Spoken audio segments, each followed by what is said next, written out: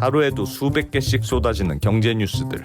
복잡하고 재미없고 깊이가 없어서 실망하셨습니까? 복잡한 건 쉽게, 쉬운 건 재밌게, 재밌는 건 깊게 전해드립니다. 언더스탠딩. 유튜브에서 언더스탠딩을 검색하세요. 예, 소개해드리겠습니다. 한국정밀농업연구소의 남재작 소장님, 어서 오세요. 네, 안녕하세요. 안녕하세요. 네, 네. 반갑습니다. 아, 이렇게 무서운 책을 쓰셨어요. 예, 제목이 좀 과한 것 같아서 좀 죄송스러운 마음이 있습니다. 네. 항상 그 연구하고 공부하는 분은 책이고 논문이고 제목 쓰면 항상 약간 좀 과장된 듯한 느낌이 들어서 그러시죠. 네, 그렇습니다. 이게 그래도, 아무래도 어. 저는 좀 제목을 좀 우아하게 쓰고 싶었는데 예. 사람들인데 확실하게 어. 출판사에서 좀 매대해서 눈길을 끌려면은 뭐 그런 생각하신 제목은 뭐였어요? 좀 뭐 아, 그 뭐 기후와 식량 뭐 이런 약간 좀 그런 쪽으로. 이런 쪽으로 좀 제목을 짓고 싶었습니다. 네. 그 실제로 식량에 대한 고민이 네. 한 100년 전에는 더 심했을 것 같기는 해요. 그렇죠. 100년 전이 아니고 우리가 예. 식량 우리나라 같은 경우는 먹는 걸 걱정하지 않는 지가 불과 얼마 안 됐어요, 사실은. 40년 네, 이 정도밖에 안 됐거든요. 그렇죠. 나머지 모든 거의 대부분 역사 동안 음, 먹는 게 가장 중요한 걱정거리였죠. 그것만 해결되면 또 문제 없는 거고요. 네, 뭐 그것만 해결되면 사실 뭐 그런 대로 잘 돌아갔었죠. 네. 네. 그런데 그 문제가 해결된 것 같아서 우리는 기쁘고 네. 뭐 되고 있구나라고 하는 걸 알고 있었는데 갑자기 식량 위기가 온다고 하시니 네. 이거 우리 얘기인가 아니면 글로벌한 얘기인가 둘 다인가? 그렇다면 왜 그런가? 뭐 그런 게 다 궁금하네요. 예. 근본적으로 이제 우리가 멜서스의 저주라고 이런 얘기 있었잖아요. 인구 예. 네네 인구론 때문에 그래 인구는 기하급수로 증가하는데 음. 우리가 공급하는 상품이나 재화는 그게 못 미쳐가고 네. 그리고 또 멜서스 트랩이라 이렇게 해서 그다음에 이런 뭐 인구가 증가하게 되면 결국 자원 소모가 많아지고 결론적으로는 이제 한계에 부딪히고 다시 문명이 붕괴하고 역사가 계속 반복된다고요. 이런 걸 원래는 이게 지금까지 우리 인류 전체 역사에서 이런 과정을 거쳐왔었죠. 네. 근데 이제 우리가 화학 비료가 이게 그 질소 비료가 합성이 가능해지고 그다음에 녹색 혁명이라는 게 만들어지면서 사실은 이제 인류가 최소한 먹는 걱정은 안 하겠구나 이렇게 생각을 했었죠. 그게 질소 비료 역할이 크죠? 질소 비료하고 그다음에 녹색 혁명이라고 하는 종자 혁명 두 가지가 이제 크게 결합되면서 물론 네. 다른 요인도 있습니다. 크게는 두 가지죠. 음. 결합되면서 멜서스의 저주는 끝이 났다. 네. 그래서 1950년대 인류가 불과 25억 명 정도에 불과했는데 네. 거의 5, 60년 만에 3배로 증가했잖아요. 그 엄청난 인구 폭발이 일어났었죠. 그 짧은 기간 동안에. 그래서 우리가 이제 사실 먹는 것을 안 하고 살게 됐다고 이렇게 보통 그렇게 됐잖아요. 전 세계 선진국의 농업 인구를 보다 불과 1% 정도가 농민이거든요. 네. 근데 모든 사람들이 다 먹고 살죠. 네, 그냥 오히려 비만이 오히려 WHO에서 질병이라고 이렇게 할 정의할 만큼. 정도로 그런 걱정을 잊고 살았었죠. 예. 근데 근본적으로 이제 우리가 여전히 좀 요즘 다시 들어오는 생각 우리가 과연 멜서스의 저주를 받는가 아니면 우리 역시 이제 그런 문명적 한계 생태 용량의 뭐 이런 좀 어려운 얘기로 그런 한계에 부딪히고 있는가 이런 고민이 시작됐었죠. 사실 기후 변화라는 이런 것 때문에요. 그래서 근본적으로는 큰 틀에서 바라보면은 우리가 이런 결국은 이 농업이라는 것들이 우리가 지금까지는 결국은 인구가 가장 큰 문제였다 생각하거든요. 그러니까 아무리 우리가 질소 비료를 사용하고 네. 종자 개량을 하더라도 결론적으로는 이제 그 생산성이 올라가는 한계가 있지 않습니까? 한계에 부딪히게 되고 그러다 보면 결론적으로는 또 이 더 많은 땅을 경작해야 되는데 해야 되는죠. 예. 그런데 땅을 경작할 곳이 별로 없지 않습니까? 이미 경작할 수 있는 땅은 대부분 다 경작을 하고 있고 그러다 보니까 아마존 밀림이라든가 동남아시아 밀림까지 다 이렇게 경작을 해가고 있는데 이제 결과적으로 이런 것들이 환경에 부하를 주고 기후에 영향을 주기도 하고 물론 농업적으로만 봤을 때 물론 에너지가 가장 큰 영향이기도 하고 예. 그래서 근본적으로 그러니까 식량 생산성이 감소할 수밖에 없지 않습니까? 예. 그러다 보면은 근데 인구는 계속해서 증가하고 있고 결론적으로 우리가 이제 거의 뭐 다시 멜서스의 저주를 다시 떠올릴 만큼 이 결국은 인구 문제의 한계에 다다르지 않나 이런 것들. 질소 비료와 종자 개량이 있었어도 네. 뭐 수백억의 인구를 더 먹여 살릴 상황은 아니다. 그렇죠. 근데 사실 과학 그러니까 지금까지는 이 과학계에서는 농업계나 아니면 이 과학계에서는 과학 기술이 발전하면은 지금까지 이게 멜서스가 했던 그런 저주를 벗어날 수 있을 만큼 우리 인류가 충분히 가능하다고 생각을 했었었죠. 네, 예. 그래서 뭐 이런 종자란 뭐 새로운 기술들 뭐 GMO라든가 아니면은 새로운 재배 방법 같은 그다음에 스마트팜이라고 불리는 이런 새로운 네. 테크놀로지를 도입하면서 우리가 이걸 충분히 극복할 수 있다고 생각을 했었죠. 했었는데 요즘 이제 다들 느끼시겠지만은 근데 근본적으로 이제 뭐 이게 우리가 크게는 좀 과학적으로 생물 다양성의 문제라고 네. 얘기를 하는데 예. 그쪽이 이제 점점 더 약해진다 그럽니까? 예를 들면은 이 생태계라는 게 이게 독불 장군이 존재하지 않게 만들어져 있잖아요. 누구 하나가 예를 들면 만약에 사자가 사라지는데 갑자기 이제 초식 동물이 너무 많으면은 이게 초원이 망가지는 것처럼 네. 이게 모든 균형이 잡혀야 되는데 이게 생물 다양성이 떨어지면서 균형이 무너지기 시작한 거죠. 메뚜기 떼가 갑자기 늘어나고 있거나 아니면 이런 우리가 이런 쪽에 자연 생태 이런 쪽에 문제가 생겼고 결국은 또 하나 가장 근본적으로 이게 약해진 상태에서 기후라는 게 이제 기후 위기라는 것이 바뀌었지 않습니까? 요즘 확실히 기후가 바뀌었다는 걸 다들 느끼고 있잖아요. 굉장히 여름 뭐 날씨가 장난 아니더군요 정말. 요즘은 견디기 힘들다는 예. 생각을 많이 하고 있잖아요. 그래서 그 많은 사람들이 그러면 기후가 정말 많은 분들이 이런 얘기를 하죠. 기후 변화가 사실은 뭐 조금 더 더워도 우리가 살 수 있을 것 같기도 하고 네. 조금 더 추워도 살 수 있을 것 같기도 하고 좀 더운 게 농사에는 나을 것 같기도 하고.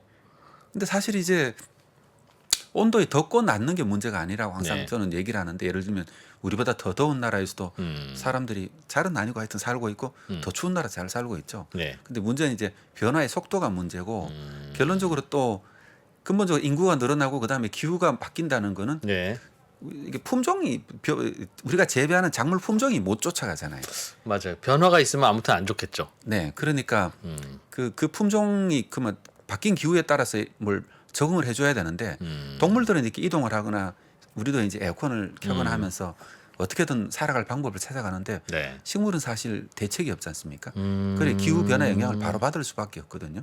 그래서 두 가지가 근본적으로는 두 가지가 크게 보면은 그러니까 식량 위기일 수밖에 없는 것들이 예. 근본적으로는 우리가 기후 문제, 생물 다양성이 무너지면서 또 토양이 전부 다 우리가 오랫동안 경작을 해왔지 않습니까? 예. 그게 토양이- 한계에 다다랐어요. 토양 비옥도가 계속 떨어지고 있는 거죠. 예를 들면 이 토양이라는 게 이 농경을 하면은 그렇죠.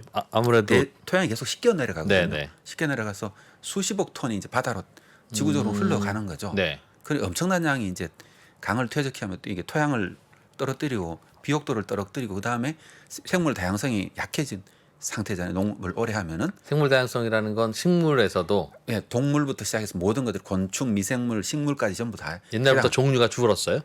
훨씬 줄져 있죠. 그래서 우리가 얼마 정도 있는지 정확히 모르기 때문에 그런데 뭐 어떤 기구에서는 유엔 같은 기구에서는 하루에 150종이 멸종되고 있다. 내버려 뒀으면 다양한 동식물이 있었을 텐데 그렇죠, 우리가 그렇죠. 특정한 식물만 길러서 먹다 보니 거기에 맞춰서 생태계가 거기에 적합한 동식물만 살아남게 돼서 그래서 결과적으로 우리가 인간의 활동형이 넓어지잖아요. 네. 그 생물 다양성이 높은 밀림지대까지 다 넓어지다 보니까 또 그런 면도 있... 토지 이용이 전부 다 사람들한테 다 이게 장악되다 나니까 네. 이게 생태계가 점점 줄어들게 되고 그러다 보면 자연스럽게 줄어들 수밖에 없죠. 종류가 줄어들면 뭐가 문제입니까? 아까 말씀드렸듯이 사실 이게 이 건강한 생태계냐 아니면 생산성이 높은 생태계냐고 얘기하는 거는 얼마만큼 다양성이 있느냐를 나타내고 있거든요. 그러니까 이게 자세히 살펴보시면은 어떤 숲풀 같은 경우는 굉장히 다양한 식물들 살고 네, 다양한 예. 곤충들이 살고 있거든요. 만약 예를 들어서 이 뭐 모기의 유충 같은 걸 잡아먹는 미꾸라지 같은 게 없으면은 네. 무릉덩에서 모기가 아주 그러겠죠. 번성을 할 그러겠죠. 거잖아요. 예. 근데 그걸 미꾸라지를 좀 넣어주고 나면 모기 유충을 계속 잡아먹다 보면은 적절한 숫자로 제어가 되는 거죠. 이런 게. 근데 이런 것들이 뭐가 다양성이 떨어지면 이게 하나가 폭주를 한다 그러니까 어떤 부작용이 생길지 모른다. 어떤 부장이 모르고 근본적으로 이제 농업이라는 산업 자체는 보면은 이 자연의 재생산 능력을 활용하는 거거든. 토양의 재생산 예. 능력을 활용하고 예. 있고 그다음에 수많은 생물들의 도움을 받지 않습니까? 꿀벌이 수분을 하거나 아니면은 미생물 같은 여러 가지 토양의 활동들이 예. 농업이라는 게 이 종합적으로 만들어진 어떤 하나의 그걸로 볼 수 있거든요. 예. 근데 좀 어려운 얘기긴 합니다만 근본적으로 이런 생물 다양성이 떨어진다. 뭐 그다음에 또 이렇게 기후가 나빠진다. 이런 걸 전반적으로 이게 전부 다가 농업 생산성에 영향을 미치는 거라는 거죠. 예, 그래서 예. 그래서 이제 이 지금처럼 가게 되면은 예를 들면 우리가 만약에 기후 변화란 큰 이슈가 없었다고 하면은 인구가 한 90억, 96억, 100억, 110억 정도의 이렇게 이제 계속 증가를 할 거로 예상하면서 그쯤 돼서 안정화될 거로 예상하고 있거든요. 예, 예. 그다음부터 서서히 한 2100년경부터는 이렇게 다운되는 걸로 생각을 해서 대충 100억쯤 찍고 내려오더군요. 네네. 예. 이런 식으로 되면서 그때까지 그럼 우리가 지금까지 목표는 과학 기술이 어떻게 그 정도의 인구를 부양할 수 있을 정도로 우리가 이제 이 품종 개발이라든가 농업 기술 향상 개발이라든가 아니면 생태계 다양성을 높이기 위한 이런 활동들을 해나갈 건가가 농업계의 이슈였죠. 네. 그거를 근본적으로 만들기 위해서 뭐 전 세계 농학자들이 모여서 목표를 뭐 예를 들면 정밀 농업을 하자 아니면은 리제너레이티브 에그리컬처라고 얘기하는 재생 농업이라고 얘기를 하는데 그러니까 약간 학자들 사이에 쓰는 네, 용어들이죠. 예. 이런 태에서 우리가 농업 활동을 하면서도 가능하면 자연 생태계 그 회복 능력을 깨뜨리지 않는 선에서 최소한으로 영향을 주는 방식으로 하는 방법들을 얘기하는 거죠. 그러기 위해서는 그러면 어떤 기술들이 필요하냐 뭐 이런 것들이 이제 농업계의 주 테마였습니다. 네. 예. 그건 한 1, 20년 동안에. 예. 근데 이제 근본적으로는 이제 이 한계 다른 조건이 부딪힌 것들이 기후 문제가 이제 부딪힌 거죠. 기후 문제 때문에 농사가 잘 되던 땅이 갑자기 안 되고. 그렇죠. 뭐, 아무래도 그 사실은 농업은 기후에 그 당연히 영향받죠. 하늘이 농사를 예, 짓는다고들 그럼요. 얘기하고 예. 있잖아요. 그러니까 아무리 기술을 뭐 아니면 우리가 아무리 농업 인프라를 잘 갖추었더라도 사실 비가 내리지 않으면 사실 대책이 없거든요. 네. 비가 한두 달 내리지 않으면 사실 어떤 농업이고 간에 잘 되기 어렵습니다. 3, 4피를 이렇게 감수할 수밖에 없고 또 비가 너무 많이 내려도 안 되거든요. 사실 이 두 가지 조건 되면은 어떤 농업 기술도 이게 뭐 아주 그냥 실내에서 농업하는 거 빼고는 작용할 수가 없는데 근데 이미 이제 그런 경우를 많이 맞고 있잖아요. 뭐 원래는 이게 한 10년만 한 1, 20년 만에 한 번씩 이렇게 보통 기상재해가 큰 기상재해가 원래 오거든요. 이게 네. 원래 기후 패턴에서는 완전히 뭐 기후 변화 있기 전에도 근데 요즘은 이런 우리가 한 1, 20년 만에 한 번씩 맞던 이런 기상재해를 요즘은 한 거의 한 3, 5년 만에 한 번씩 이렇게 오는 느낌이거든요. 네. 실제로 농업 생산성을 바라보면 그렇고요. 그래서 그런 것들이 큰 문제죠. 한번 기억하시겠지만은 불과 2년 전이죠. 2020년에 그 장마가 시작되고 나서 54일 동안 하루도 빠지지 않고 비가 내렸잖아요. 네. 이건 아마도 우리나라 역사상 이런 일이 있었나 싶을 정도로 그랬었죠. 네 그러게 됐었고 그다고 작년 같은 경우는 미국 같으면 중서부에 가뭄이 굉장히 많이 들어가지고 뭐 산불 뉴스 굉장히 많이 네, 뉴스 예. 거의 산불 뉴스로 거의 한 8, 9월을 장식을 했었지 않습니까? 이런 것처럼 그때도 미국이 3, 40%쯤 이렇게 농산물 생산성이 줄어들었거든요. 근데 올해는 또 5월에 벌써 인도, 파키스탄이 50도까지 올라갔다 그러고 있고 영국 기상대청에서는 이걸 가지고 보면은 뭐 그 300년 만에 한 번씩 오는 것들이 요즘은 거의 뭐 3, 4년 만에 한 번씩 온다 이렇게 얘기를 하고 있을 정도거든요. 그러니까 100배나 더 빨리 이런 그 기상 그 인도 기상 그 인도가 고온화되고 있다 얘기를 하고 있고 또 원래 또 유럽을 보고 있으면 유럽이 거의 그렇죠. 뉴스를 자세히 보시면 엄청난 산불 소식이 계속 나오고 있지 않습니까? 이런 것처럼 당연히 그럼 산불 소식이 많이 들린다는 얘기는 유럽에 가뭄이 심하다는 얘기가 되고 유럽이 굉장히 그 세계에서 또 그 곡창지대지 않습니까? 서유럽이 원래가 그 곡창지대에서 농업 생산 양이 줄어들 수밖에 없거든요. 그런 게 지금 우리가 근데 지금 우리가 기후가 어느 정도 올라갔냐면 불과 1.1도 정도 올라간 세계잖아요. 산업시대 이전에 비해 가지고. 예, 예. 근데 불과 한 10년쯤 후가 되면은 이게 1.5도 정도까지 올라간다고 얘기를 하고 있잖아요. 네. 그러게 되면 과연 10년 후에는 그러면 지금보다도 무슨 일이 벌어질지 불안하다. 사실 굉장히 훨씬 더 심각한 기상재해가 발생할 것 같고 농업적으로 봤을 때 예, 예. 농업 생산성에 영향을 줄 것이라고 당연히 예상할 수밖에 없잖아요. 당연히 뭐 그런 뉴스 많이 보셨겠지만은 뭐 지리산이나 이런 데 보면은 주목 같은 것들이 고살하고 또 소철나무나 이런 다른 나무들이 구상나무 같은 것들이 한라산에서 예. 고살하고 사실 식물들이 계속해서 이런 영향이 나타나고 있거든요. 그런데 그러면은 네 지금 1.1도의 세계가 이 정도의 영향인데 1.5도 세계 불과 10년 정도 10년 조금 더 남았다고 얘기를 하거든요. 그러면 지금 우리는 뭘 해야 될까 사실 진짜 무슨 일이 벌어질지 상상도 안 가는 정도입니까? 즉 기후가 변하는 건 맞아요. 우리도 늘 보고 네네, 있으니까 네네. 위기라고 하는 것 같기도 하고 근데 먹고 사는 거는 별 지장은 없는 것 같아서 물론 뭐 매번 무슨 농산물 비싸고 부족하고 말은 합니다만 잘못 느끼고 있는 겁니까? 아니면 지금까지는 괜찮았는데 앞으로는 엄청난 일이 벌어지는 겁니까? 이게 지금도 사실 네. 입장에 따라서 다른데요.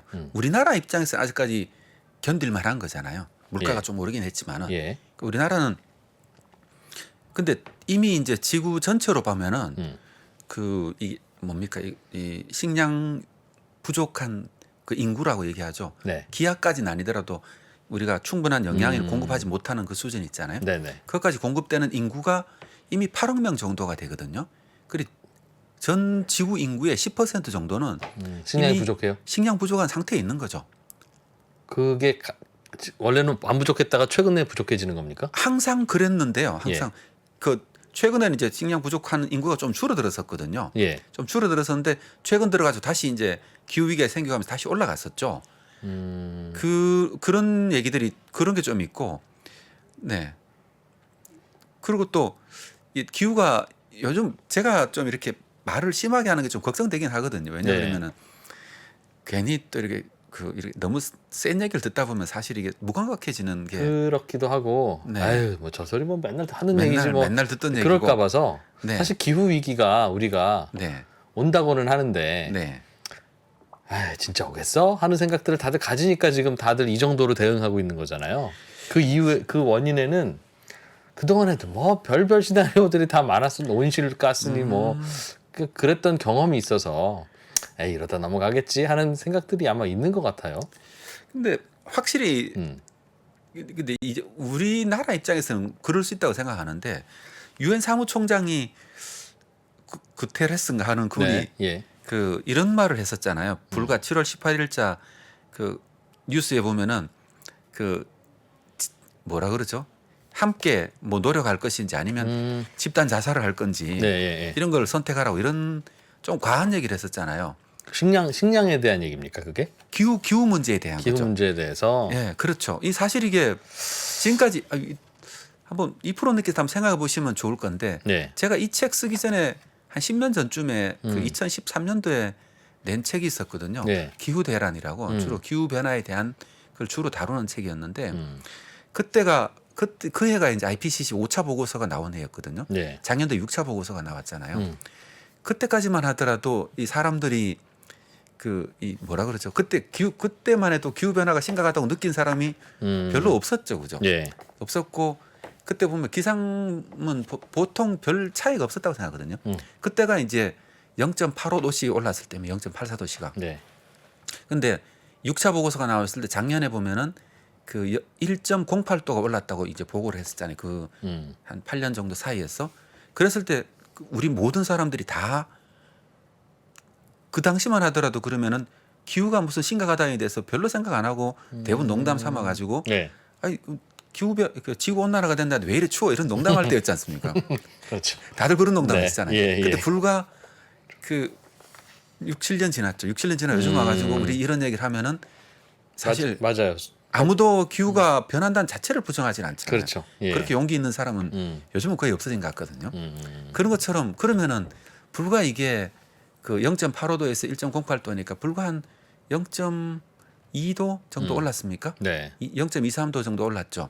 불과 이 정도 올랐는데 우리가 0.4 이렇게 느끼고 있잖아요. 네. 그런 것처럼 그럼 앞으로 0.3도 정도가 더 오르면 어떤 문제가 생길까? 그 예전에는 그 0.5도에서 0.8도 오를 때는 우리가 그런 걸 전혀 못 느꼈고 0.8도에서 우리가 1.1도 됐을 때는 확실히 뭐가 달라지긴 했는데 이래 느꼈잖아요. 네. 그다음 그러면 1.1도에서 1.5도가 되면 어떻게 느낄 거냐? 이제 그거는 달라졌다는 정도가 아니고 제가 많은 이제 기후 과학자들이 하는 얘기를 그냥 전하자면은 예. 이거는 지금은 그냥 이렇게 잽 정도 맞는 정도의 느낌이라 치면은 그때는 훅 정도 맞는 느낌일 거다. 그래서 그렇게 뜨거워지면 네, 빙하도 높고 네. 그래서 해수면도 높아지고 네, 물에도 잠기고 그렇대요. 그리고 세계에 해안가에 주로 대도시들이 많잖아요. 그렇죠. 그러다 보니 그 피해는 더 클 것이다. 하필 해안에 몰려서 우리가 살기 때문에. 해안가가 다 곡창지대가 있거든요. 아, 해안가가 이게 이 강물이 대부분 다 퇴적되는 게 바닷가에 다 퇴적되지 않습니까? 네. 그러다 보니까 퇴적 하류 쪽이 네. 평야죠. 예. 평야지대가 있고 그쪽에 다 퇴적 토양이 있기 때문에 토양이 비옥합니다. 상대적으로요. 네. 그러다 보니까 모든 문명의 발상지가 대부분 다 해안가였죠. 그쪽 인구가 다 몰려 있고 그때 그 많은 대도시들이 그래서 네, 아무튼 그렇게 해수면이 높아져서 사람들이 살 수 있는 땅이 줄어들 거라는 이야기는 들었는데 그러니까 우리가 지금 다들 전기차 타고 다니자고 하고 귀찮아도 이렇게 하는 거 아닙니까? 그렇죠. 근데 근데 근본적으로는 이제 우리가 기후 문제를 해결해야 되는데 근본적으로 그 문제를 해결해야 되는데 이제 기후 문제 어려운 것 중에 하나는 우리나라가 노력한다고 해서 되는 문제가 아니잖아요. 그러니까 더 골치 아프죠. 그렇죠. 사실은 예. 골치 아프죠. 음. 사실 골치 아프고 저도 그래서 뭐 기후 문제 해결해야 되는 건 당연한 게 우리가 같이 노력해야 되는 건 당연한데 문제는 우리가 노력한다 해서 우리가 해결할 수 있는 문제가 아닌 거고 그리고 또 이미 벌어진 일 때문에 그러니까 이미 1.5도 정도 가는 세계가 있잖아요. 예. 작년 IPCC 보고서가 나왔을 때 겁났던 점이 뭐였냐면은 우리는 대개 그 미래를 우리가 노력하면은 뭐 그러니까 탄소 증입을 하거나 뭔가 노력하면은 사실 그거 하기 어렵다는 거 다들 알고 있지만 그래도 이제 희망 회로가 작동하잖아요. 네, 예. 그러니까 에이 그때 되면 알아서 잘들 하겠지. 어떻게 뭐 잘 되겠지. 해결하겠지. 이런 희망이 작동하고 있잖아요. 네. 저도 마찬가지로 그런 걸 가지고 있고. 근데 그 작년 보고서에서 나왔던 것 중에 제가 좀 했던 건 뭐냐 그러면은 어떤 시나리오를 적용하더라도 그 2030년, 40년까지는 무조건 1.5도가 올라간다. 네. 그 보고서가 나오는 거거든요. 그러니까 네. 거기까지는 막을 수 없고. 그렇죠. 음. 그 무조건 1.5도까지는 간다. 그게 이전에 했을 때보다 한 10년 예. 정도 우리 이전에 했을 때 10년 정도 더 빨라졌다고 얘기하는 예, 거죠. 예. 그러니까 근데 현실적으로 이제 우리가 지금 추세를 보면은 한 2030년 한 초반 정도에 네. 아마 1.5도 정도 올라갈 거라고 예상을 하고 있거든요. 예. 산업화 시대가 시작된 이후에 지구의 온도가 그만큼 올라간다는 거죠. 그렇죠. 예. 그 이거는 거의 확실한 거라는 거죠. 이거는 거의 이거는 거의 팩트라고 보고 다른 가능성이 별로 없다는 거죠. 다른 그러니까 뭐 같은 대비해야죠. 확률이 낮건 높건 간에. 네, 그렇죠. 그러면은 네. 사실 그러면 그때가 됐을 때 그러면 우리나라는 어떻게 될 거냐? 그럼 전 세계가 당연히 이제 어디서 이 문제가 터지냐 하면 당연히 말씀드렸듯이 평야지대에서 터질 네, 것이고. 기후 전 세계 식량 문제 생길 수밖에 없죠. 아, 그러니까 이게 덥고 이런 거에 문제가 물 잠기는 문제가 아니라 물 잠기면 피난 가면 되는데.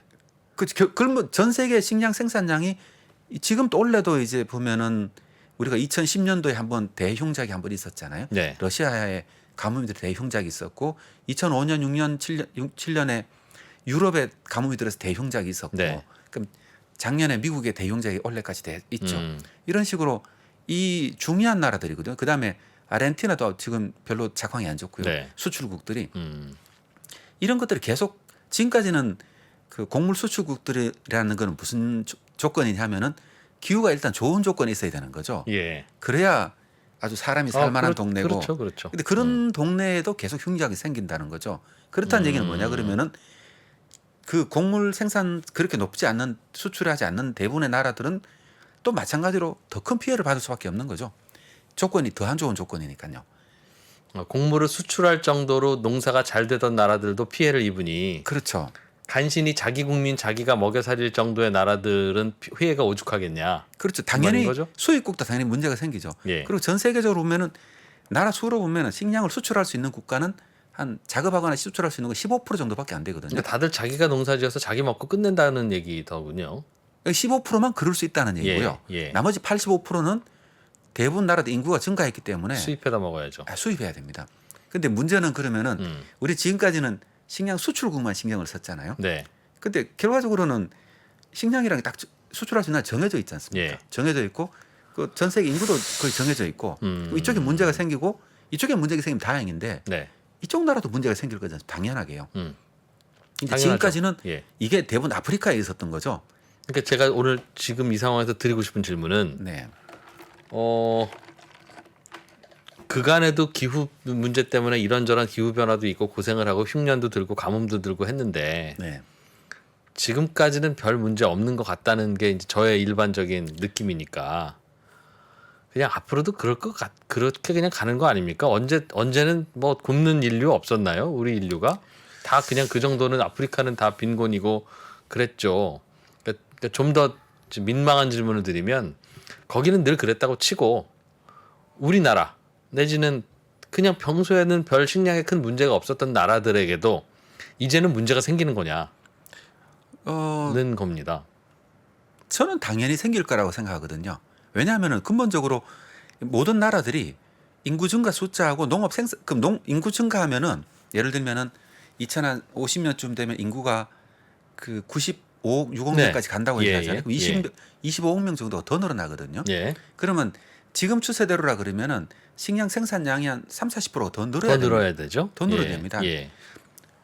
근데 문제는 이제 그러면은 식량 생산을 더 늘리려면은 사실 우리가 그렇게 할 수는 있거든요. 네. 그러니까 그렇게 할 수는 있습니다. 그리고 우리 현대 과학 기술을 농업 과학 기술이 굉장히 뛰어났으니까 네, 네. 충분한 투자를 하고 농업에 대해서 예. 인프라에 대한 충분한 투자를 하고 종자 개발 예를 들면 뭐 GMO를 허용하든 뭐든 여러 가지 문제들이 있죠 사실은. 그러면서 그렇죠. 예. 종자 개발 그러니까 이제 미래 때문에 미래를 이게 지속 가능하려 그러면은 GMO를 해야 된다고 계속해서 학자들이 주장하는 거예요. 네, 왜냐면 그렇지 네. 않고는 이게 뭐라 그러지 이게 기후 변화 속도를 종자 개발 속도가 못 따라가거든요. 기후 변화로 인해서 식량 생산이 줄어드는 속도를 네네. GMO 같은 종자 개량으로 해결해야 된다. 그렇죠. 그게 이제 제 얘기는 아니고요. 예. 이 얘기는 우리나라에서 예민한 문제라 가지고 음. 그래서 이 그 많은 연구 보고서들이 이 바이오 이코노미라고 이제 한 5, 6년 전부터 유럽에서 주장하는 거고 그다음에 네. 이 IPCC 보고서 영국에서 다스굽타 리뷰라고 작년에 마찬가지로 나온 굉장히 역사적인 보고서가 있거든요. 네. 굉장히 한번 토탈 리뷰를 통해서 역사 뭐 어떤 세계가 방향 같은 걸 제시하는 그런 보고서들인데 이런 보고서들이 주장하는 것들이 뭐냐 하면은 결론적으로는 이 지구 생태 용량이나 이런 것들이 한계에 도달하고 있기 때문에 어떻게 지속 가능한 방법을 찾아야 할 거냐. 네. 근데 문제는 이제 인구 증가 문제하고 식량 생산 문제를 동시에 해결해야 되잖아요. 근데 문제는 우리가 직면하고 있는 문제는 기후 문제라는 게 하나의 장벽이 있고 네. 그다음에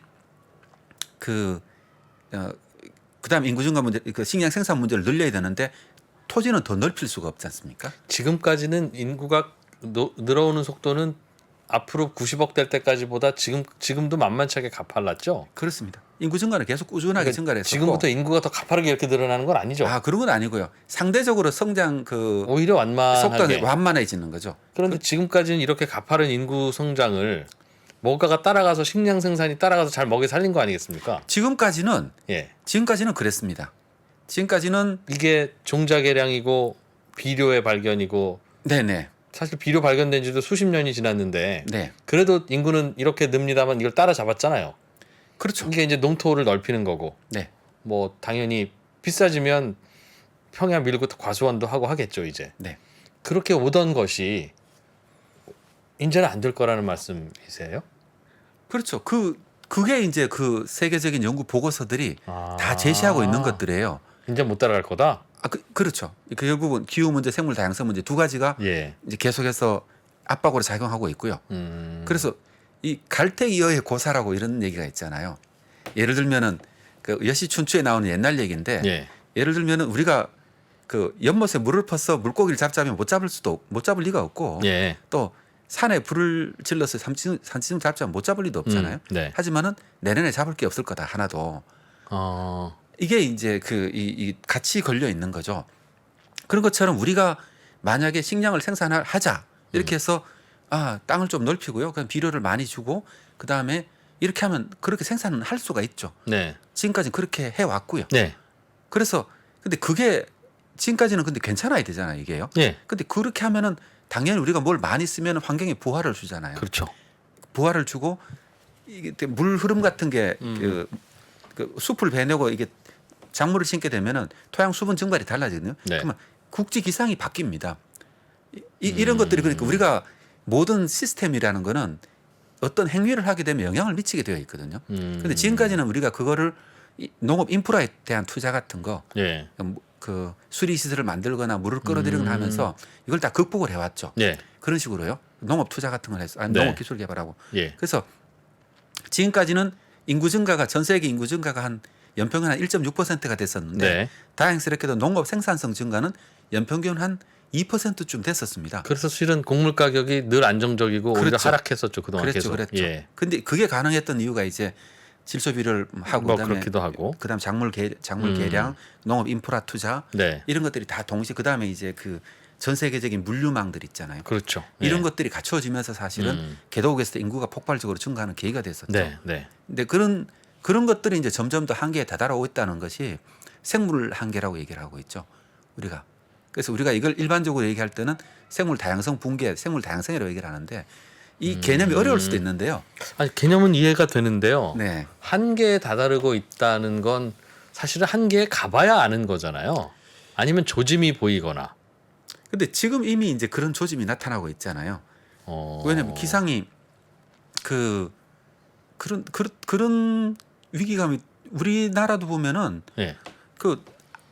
지금 아프리카의 문제라고 말씀하셨잖아요. 네. 근데 아프리카의 문제만 있을 수가 없는 게 그렇죠. 그래서 문제는 그래서 저는 그거를 네네. 식량 가격이 갑자기 비싸지면 네. 이게 조짐이다. 뭐 별거 없다. 시장에선 정확하게 계산해 주는 게 네. 사람들이 밥을 갑자기 적게 먹고는 아닐 거니 네. 분명히 뭔가 조짐이 보이면 이렇게 가파르게 증가하던 식량 생산이 꺾일 거고 네. 꺾이기 시작하면 가격이 급등하기 시작할 텐데 실제로는 우크라이나 러시아 전쟁 뭐 등등의 물류 대란 이전에는 즉 3년 전만 해도 곡물 가격은 아휴, 곡물에 투자해서 무슨 돈을 벌겠어. 늘 항상 고만고만하고 안 오르는 거지. 가끔씩 국지적으로 뭐 비싸지는 거 있고 뭐 그런 거 가지고 그냥 트레이딩 하는 거야 정도였지. 그 조짐이 안 보였잖아요. 그런데 곧 그게 온다 하시니. 근데 제가 계속 이런 얘기를 해도 사실 네. 저는 과학적으로 이제 그건 저는 이해가 되거든요. 왜 농업을 있다 보면은 이제 무슨 문제가 있는지를 알잖아요. 네. 생산성이라는 게 사실은 거의 대부분의 국가에서 선진국이라고 농업 국가에서 한계에 다 다다랐거든요. 그리고 생산성이 더 늘어날 수 있는 나라들은 개도국밖에 없습니다. 네, 그 나라 아직까지 농업 기술이 떨어져 있으니까.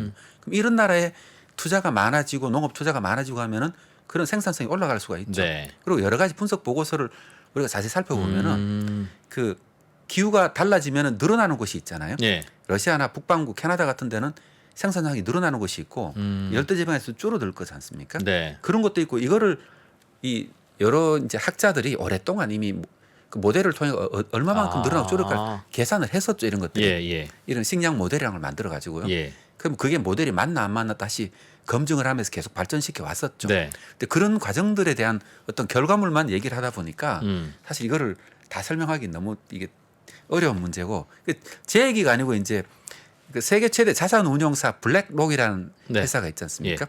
10조 달러를 이제 투자 자산 운영하고 있다는데 네. 레리 핑크라는 회장이 이런 말씀하셨다고요. 잘 알아요. 그분. 예. 아 그래요. 다른 얘기 많이 하십니다. 예. 예. 근데 이분이 그 우리가 석유 가격보다 식품 가격을 더 걱정해야 할 것이다. 이런 얘기가 7월 16일 인터뷰에서 하신 말씀이거든요. 네. 그러니까 이 문제가 이 문제가 그러니까 최근 50년 넓게 보면 100년 사이에 없었던 식량 위기가 네. 이제는 곧 조만간 몇 년 사이에 온다는 말씀.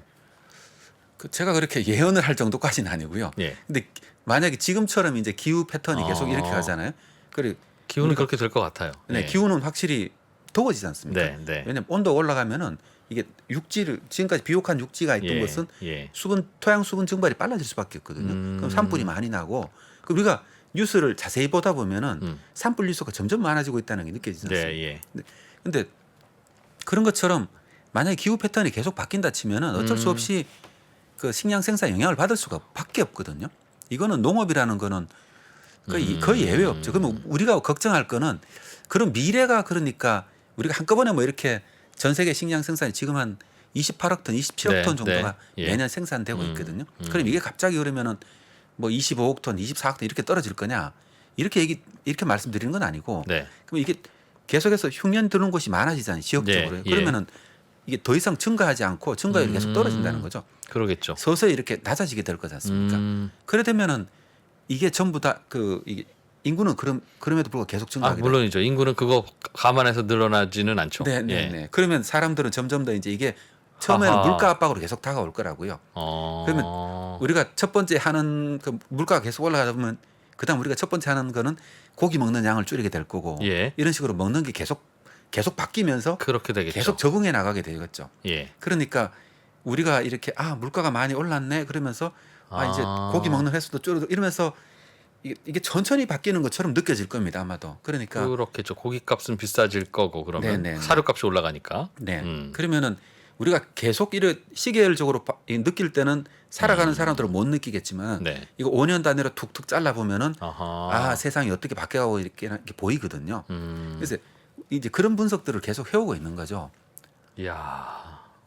그래서 우리가 제가 걱정하는 거는 우리나라도 어떻게 보면 말씀드렸지만 계속 곡물이 사실 20% 정도 우리나라에서 생산되고 있고 네. 나머지 채소 같은 칼로리를 다 치더라도 한 50% 정도만 절반 정도만 우리나라가 이걸 하고 있거든요. 네. 그러니까 우리나라 농업 자체도 이게 기후 영향을 받을 수밖에 없지 않습니까? 그러니까 우리나라는 누가 그러시더군요.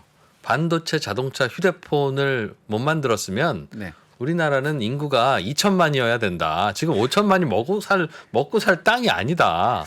너희들이 뭘 해도 이건 못 먹고 사는데 네. 다행히 반도체, 휴대폰, 자동차 뭐 등등 이런 거 팔아서 그 돈으로 식량을 사 먹을 수 있으니까 지금 이 땅에 5천만이 이렇게 있는 거다. 그런 말씀 하시더군요.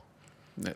그렇죠. 네, 그것도 그게 이제 사실이죠. 식량 자급 안 된다는 말의 동의어인데. 네, 그렇습니다. 그것도 우리나라 땅 자체가 이제 한 160만 헥타르 뭐 아무리 200만 헥타르는 넘기 어려운 땅이니까 이 정도 네. 땅에서 사실은 5천만 국민이 먹고 살기는 사실은 어렵죠.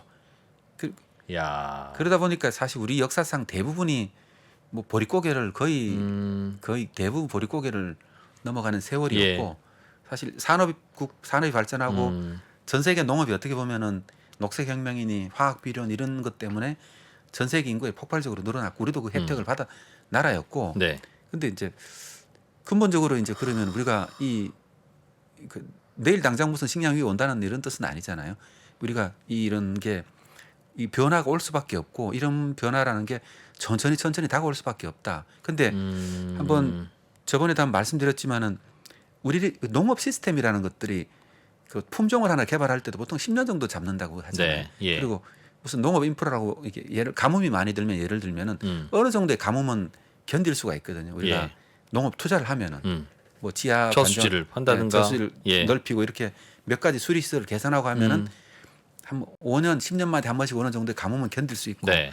이렇게 가는 거죠. 그러니까 우리가 뭐 그런 걸 준비를 해야 되거든요. 그럼 어느 정도까지 우리가 가뭄을 견딜 거냐 이런 것들에 대한 농업 인프라 투자도 있어야 되고 그리고 또 매년마다 우리 서해안 또 계속 몇 밀씩 연간적으로 올라가고 있거든요. 이게 뭐 수위가요? 수위가 바닷물이 올라가고 있죠. 네. 그러니까 방글라데시 같은 나라들은 이제 아주 낮은 나라잖아요.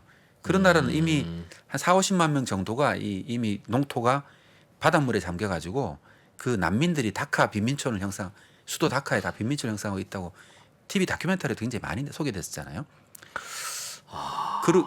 이미 벌어지고 있는 일들이고 이게요. 네. 이미 벌어지고 있는데 우리나라도 당연히 그럼 서해안 지역 간척지 인근에서는 바닷가 있는 곳에서는 당연히 그럼 염분 농도 올라가거든요. 지하수 염분 농도가 네. 이게 전체 올라가는 게 보이죠. 그런 것들이 실제로 연구 결과들이 있고 그러면 우리나라도 대부분 다 이 곡창지대는 대부분 다 서해안 쪽에 다 몰려 있지 않습니까? 네. 그러니까요. 그러면은 우리도 대비를 하려 그러면 이 염분 농도에 강한 벼품종을 개발하거나 이런 것들 항상 이런 활동들이 필요하죠. 실제로 그런 연구들도 하고 있고요. 예. 그리고 또 뭐 이런 우리가 세계 기후가 어떻게 바뀔 거라는 걸 다 예상하기 때문에 예. 농업연구소에서는 거기에 대비해 가지고 강한 기후에 견디는 품종들, 그 다음에 염해에 견디는 품종들, 그 다음에 이 가뭄에도 견디는 품종들 뭐 이런 거 있잖아요. 네. 이런 품종들을 계속해서 미래의 기후를 예측해서 품종 개발을 하고 있거든요. 예, 그럼에도 불구하고 그건 이제 최소한의 방어 정도라는 얘기고 근본적으로도 안 될 것 같아요. 기후 저도. 충격이라는 게 오거든요. 그러니까 지금 조금씩 식량이 부족해질 거야라고 하는 거라면 조금씩 대응하면 될 텐데 우리의 그 기후 위기라고 하는 게 설명을 들어보면 어느 티핑 포인트를 넘어서면 이제는 회복도 안 돼. 너희들이 전 세계 공장을 다 끄더라도 이거 딱 지나치기 시작하면 뭔가 이 자연에서 다시 재생되고 순환되고 하는 이 생태계가 깨지기 때문에 네네. 그때부터는 그냥 공장을 돌리든 안 돌리든 지구는 멸망을 향해서 가는 거야. 네. 분명히 해수면이 다 높아지고 그렇게 될 거야라는 게 지금 기후학자들의 경고 아닙니까? 네, 그렇습니다. 근데 식량도 그럼 어느 정도 선이 딱 오게 되면 그때부터는 굉장히 급격하게 농사가 망쳐질 거라는 뜻 같은데. 적응을 못하면 사실 그렇게 되는 거죠. 이게 우리가 적응이라고 얘기를 하잖아요. 기후가 네. 바뀌는 거에서. 그러니까 적당한 어느 정도 수준에서는 되거든요. 근데 이제 우리가 역사를 돌아보더라도 뭐 문명의 종말이라 여러 그 다루고 있는 역사책을 보면은 문명이라고 얘기를 한다는 얘기는 우리가 네. 그 문명이 현재 존재하지 않는다는 얘기잖아요. 그렇죠. 과거에 사라졌다는 얘기잖아요. 그럼 대개는 그런 문명은 어떻게 사라졌느냐? 대개는 뭐 간단하게만 설명을 하면은 네. 이게 숲이 있을 때는 거기다 땅이 비옥하니까 땅을 일궈서 농사를 잘 짓죠. 그 문명이 번성을 하다가 이게 한 몇백 년이 지나면 토양이 계속 유실이 되거든요. 네. 유실이 되고 뭐 말씀대로 미기상 그 기상이 약간씩 변한다 그랬잖아요. 그 농업에 의해 가지고 그렇게 되면은 농업 생산성이 떨어지게 되고 그러면서 이제 이 사회가 취약해진 상태에서 기상재해 그러니까 어떤 사회든 간에 이제 기상재해는 항상 있거든요. 몇십 년마다 한 번씩 네, 오는 예. 것들은 사회가 좀 이게 튼튼하고 있을 때는 체력이 좋을 때는 이게 별 문제가 없잖아요. 다시 힘을 모아서 회복합시다 이렇게 나갈 수가 있는데 이게 취약해질 대로 취약해진 상태에서 이게 계속 힘이 빠질 거잖아요. 우리가요. 네. 계속 조금 잽을 계속 막는 거죠. 식량이 흉년이 계속 군데군데 들면서 이리 취약해진 상태에서 이제 원래부터 가끔씩 오는 아주 큰 기상재해는 원래부터 있었잖아요. 네. 근데 이게 기후가 달라진다는 얘기는 이게 그러면 훨씬 더 자주 오고 세게 온다는 얘기거든요. 네. 예. 근데 그게 한번 딱 오면 어떻게 되겠습니까? 그러면 평소 때는 이제 그 정도 충격 어느 정도 견디는 사회들도 이제 취약해진 사회 같으면은 이게 붕괴가 돼버리는 거죠. 그게 식량 이런- 때문에 폭동도 나고 뭐. 그렇죠. 그런 현상들이 일어난 것들이 이제 그러면은 아랍의 봄이 있을 때 2010년도 11년도에 있었던 그 튀니지 네. 제스민 혁명부터 시작된 아랍의 그 그렇겠죠. 사태들 음. 그리고 이미 아프리카는 이미 거의 뭐, 내전 상태에 들어가 네. 있는 나라들이 회복 못하고 있는 단계들이고요. 음. 그 아프리카 땅들이 대개 같다면은 우리가 얘기할 때 이런 그 취약해진 상태에서 가뭄이란 기상재해 이런 것들이 대개는 식량을 이게 떨어뜨리게 되잖아요. 그러다 보면 이제 주민들이 이동이 시작되면서 이 여러 가지 이 문제들이 발생하게 되는 거에 우리가 지금 보고 있는 상황이거든요. 근데 그런 것들이 지금까지는 이제 우리나라는 큰 문제가 없었죠. 네. 사실은 우리나라는 이제 그 이 충분히 경제력도 되고 식량을 좀 비싸면 비싼 대로 사 먹으면 되니까요. 그렇죠. 예. 그렇죠. 음. 근데 결론적으로 보면 이 전 세계가 어쨌든 간에 식량성이 전반적으로 줄어들게 되면은 네. 그 수출하는 나라들은 딱 정해져 있다고 말씀드렸고 그렇죠. 그러면 수입하는 나라들은 더 많은 이 수입할 수밖에 없지 않습니까? 네. 당연히 그럼 가격이 올라갈 수밖에 없거든요. 그렇겠죠. 네, 이게 올라가게 되면 결론적으로도 우리 그 예를 들어 식량 위기를 정의할 때 가격이 갑자기 한 2.5%, 5%, 10% 오르는 걸 네. 식량 위기라고 이렇게 정의를 하고 있거든요. 1단계, 2단계, 네. 3단계. 예. 이렇게. 그러면 우리나라 식품 물가에도 당연히 그런 식으로 영향을 계속 주기적으로 주게 될 거라는 얘기죠. 그렇게 되면은 점점 더 이제 이게 식비에 지출되는 비용이 늘어나게 되고 이런 현상들은 항상 일어나는 거죠. 그래서 저는 그게 점진적으로만 오면 뭐 대응이 될 것 같은데 네. 오늘 가장 걱정은 그게 급격하게 올까봐. 생각해 보면 석유는 비축할 수 있지만 네. 식량은 그럼 어떻게 해야 됩니까? 우리는 지금 우리 농토에서 조금 더 그런 비옥하게 생산할 수 있도록 염분에 강한 종자를 만들고 한다는 얘기는 우리가 먹는 식량을 100이라고 하는데 평소에는 한 80 정도를 우리가 생산하고 20 정도를 수입한다. 네. 그런데 위기가 오면 이 20을 수입 못할 수도 있으니 이 20을 우리 스스로라도 늘리기 위해서라도 이런 뭐 종자개량도 하고 해야 된다라고 하면 그러네요. 열심히 합시다라고 말씀을 드릴 텐데 우리는 어차피 80을 수입하잖아요. 그러니까 우리가 20 정도를 우리 땅에서 만들어냈는데 위기가 올 때를 대비해서 우리 땅을 뭘 좀 잘해봅시다라고 해봐야 40이나 하겠습니까? 어차피 반 이상은 수입을 해야 되면 이 해외에서 농사 지어지는 이 상황을 어떻게 우리가 대응하느냐가 중요하지. 우리 땅을 조금만 더 이렇게 해가지고 하는 거는 그래봐야 90% 죽을 거 80% 죽이는 방법밖에 아닐 것 같아서요. 그게 그렇게 대응해서 될까요? 다른 고민을 좀 해봐야 되는 거 아닙니까? 근데 이제 좀 비관적으로 생각하면 어떤 시점을 딱 가정을 하고 놓으면 예. 그런 상상이 맞는 것처럼 보이지만 실제로 그렇게 갑자기 이런 식의 이 변화가 닥치지는 않거든요. 그러니까 예를 들면 이런 거죠. 우리가 만약 어떤 위기가 있으면은 식량 생산이 27억 톤쯤 28억 톤 생산되다가 네. 이게 한 몇백만 톤, 몇천만 톤 정도가 줄어들면 이게 그 뭐라 그러죠? 이게 우리가 피부로 느껴질 정도의 그런 식량 위기라고 얘기를 하고 있거든요. 예, 예. 불과 약간만 줄어들어도요. 그런 느낌이 드는데 그럼 그 정도 예를 들면은 아마 당분간은 그런 정도 영향이 있을 거라 생각하고 있거든요. 그러니까 뭐 큰 영향은 아니고 네. 예를 들면은 뭐 한 5% 정도 아니면 많아도 10%까지 가면 정말 큰일 나고요. 전 세계 생산 감소가 네, 10% 정도 되면 이거는 그렇겠죠. 수출량이 반으로 준다는 거니까. 네, 이거는 그냥 이게 굉장히 그러겠죠. 큰 위기고요. 예. 예를 들면은 뭐 나빠지면 좋은 것도 있으니까 이제 지금까지는 이게 나빠지면 좋은 것도 있었잖아요. 그럼 전반적으로 몇 퍼센트 내에서 이렇게 부족하고 뭐 남고 이런 정도였거든요. 나빠지면 좋은 거는 어떤 게 있었습니까? 예를 들면 이제 호주가 가뭄이 들면은 미국에서는 비가 잘 오고 이런 식으로 아, 이게 북반구와 남반구가 바뀌어져 있고 아, 계절적으로 바뀌어져 있고 이러기 때문에 동시에 나쁘지는 않아요. 나쁘지는 않은 게 지금까지는 그러니까. 에이, 그럼 앞으로도 괜찮네요. 근데 이제 그게 그렇지 않을 수 있다는 것들이 이제 사실 모르는 거잖아요. 그거는요. 지금까지는 그래왔고, 예, 근데 그게 이제 점점 이 빈도가 빨라지고 있는 거죠. 양쪽에 이 흉년이. 네, 호주가 2018년, 19년 그 대흉년이 들었잖아요. 예, 그 이 호주는 한 이 통계를 보고 있으면 농업 생산성을 보고 있으면 한 3년, 5년마다 가뭄이 엄청 들더라고요. 예, 그래서 2019년, 20년에 호주 산불 얘기 아마 기억나실 겁니다.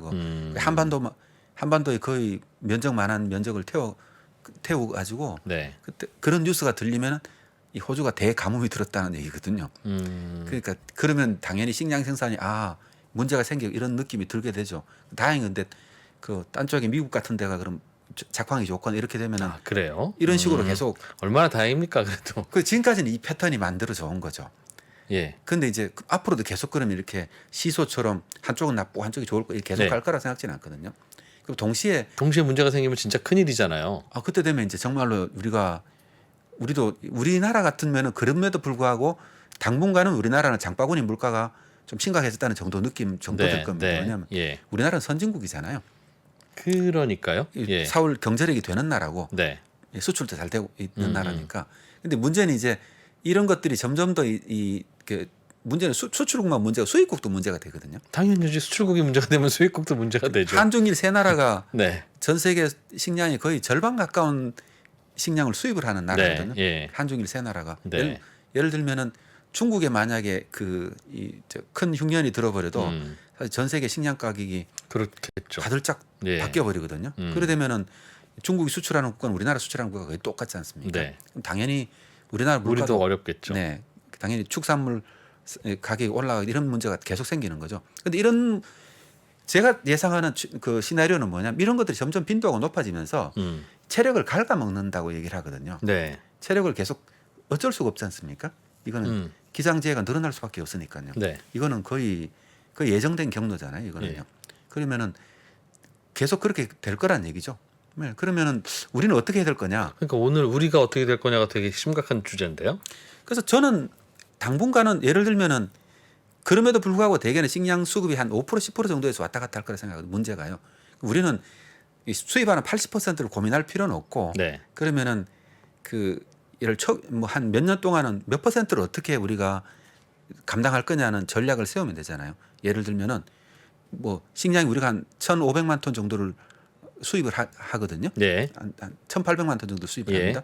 그러면은 이 정도의 사료들이 많이 포함되어 있고 또 먹는 곡물들도 포함되어 있는데 그 어떤 경우는 그럼 예를 들어 어느 정도 줄어들면 축산물이 줄어드는 건 어쩔 수가 없죠. 그죠? 예. 그러면 이거는 이제 경제에 따라서 바뀌는 거고 하지만 우리나라 생산량을 어느 정도 높일 수 있는 건 있거든요. 네, 그다음 비축하는 양도 비축을 어떻게 할 거냐도 있고 그 국가가 이제 그러면은 대책으로 내세우는 것들이 우리 비축 곡물 비축 기준으로 비축량을 그러면 지금 현재는 하는 것보다 좀 더 늘리자. 네. 그다음에 국내 생산 기반을 이제 비상시에 이렇게 뭡니까 이렇게 이 생산량을 늘릴 수 있도록 네. 이 자금력이라고 얘기를 하더라고요. 그 자금량이 있고 작업할 수 있는 우리가 예를 들면 최대한으로 생산할 수 있는 능력은 있잖아요. 네. 능력은 그 지금 현재 우리나라가 식량 자금률이 40 식량 같은 경우 먹는 예, 예. 곡물 같은 49%라고 7% 얘기하고 있지만 만약에 아주 그냥 작정하고 생산하면 이게 어디까지 올릴 수 있느냐? 네. 그러면 한 저도 농사 짓고 네. 박사님도 일단 논으로 뛰어가고 네, 그러니까 기존에 하우스 있는 것도 좀 줄여가지고 만약 아주 작정하고 농사 지으면은 네. 이걸 자금력이라고 얘기하는데 예. 이건 한 50% 60%까지 갈 수가 있거든요. 음. 그러니까 그러면은 뭐 단기적으로 수급 문제 같으면 단기적 수급 문제를 해결될 수 있고요. 근데 이제 우리가 장기적으로 만약 2, 3년 동안 계속 심각한 문제가 있을 때는 그럼 어떻게 해야 될 거냐? 당장 2, 3년 내에 닥칠 문제는 아니고요.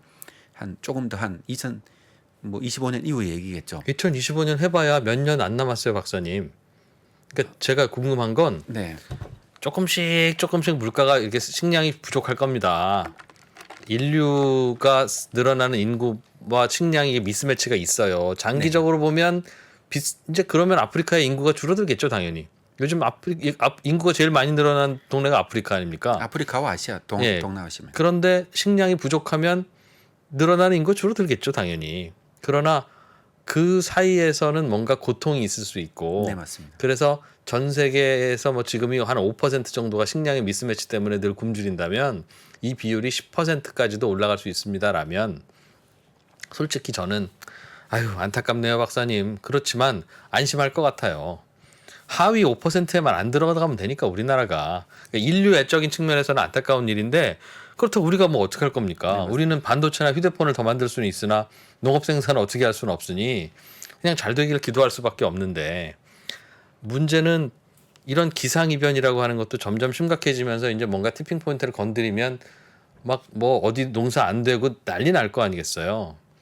그러면 아프리카나 아시아의 가난한 사람들 식량 못 먹는 거는 당연한 문제, 당연한 일이고 식량의 대부분을 수입하는 우리도 돈은 있지만 사올 수가 없는 조금만 흉년이 들면 자기 나라 먹을 것도 없으니까 일단 수출 통제하고 시작할 거 아니겠습니까? 네. 그러면 이거는 뭔가 이제 돈 준다고 사올 수 있는 문제도 아니고 절대적으로 모자라면 이건 우리가 당연히 그것도 대비를 해야 될 때고 오늘 이 기후 얘기해 주신 게 그래서 지난 몇십 년간 흘러왔던 이 상황과 앞으로 미래 몇십 년은 다를 거예요. 이 말씀을 하시는 것 같아서. 네, 맞습니다. 제가 하고 싶은 얘기가 그 얘기였고요. 네. 당장에 무슨 내일 당장에 우리가 먹는 문제가 생긴다는 문제가 아니고 우크라이나 전쟁 때문에 모든 분들이 다음 뭐 식량 가격 폭등 뭐 이런 걱정을 하고 있는데 네. 이 문제는 사실은 그 약간 전초전 정도의 문제라고 생각하고 있거든요. 허허.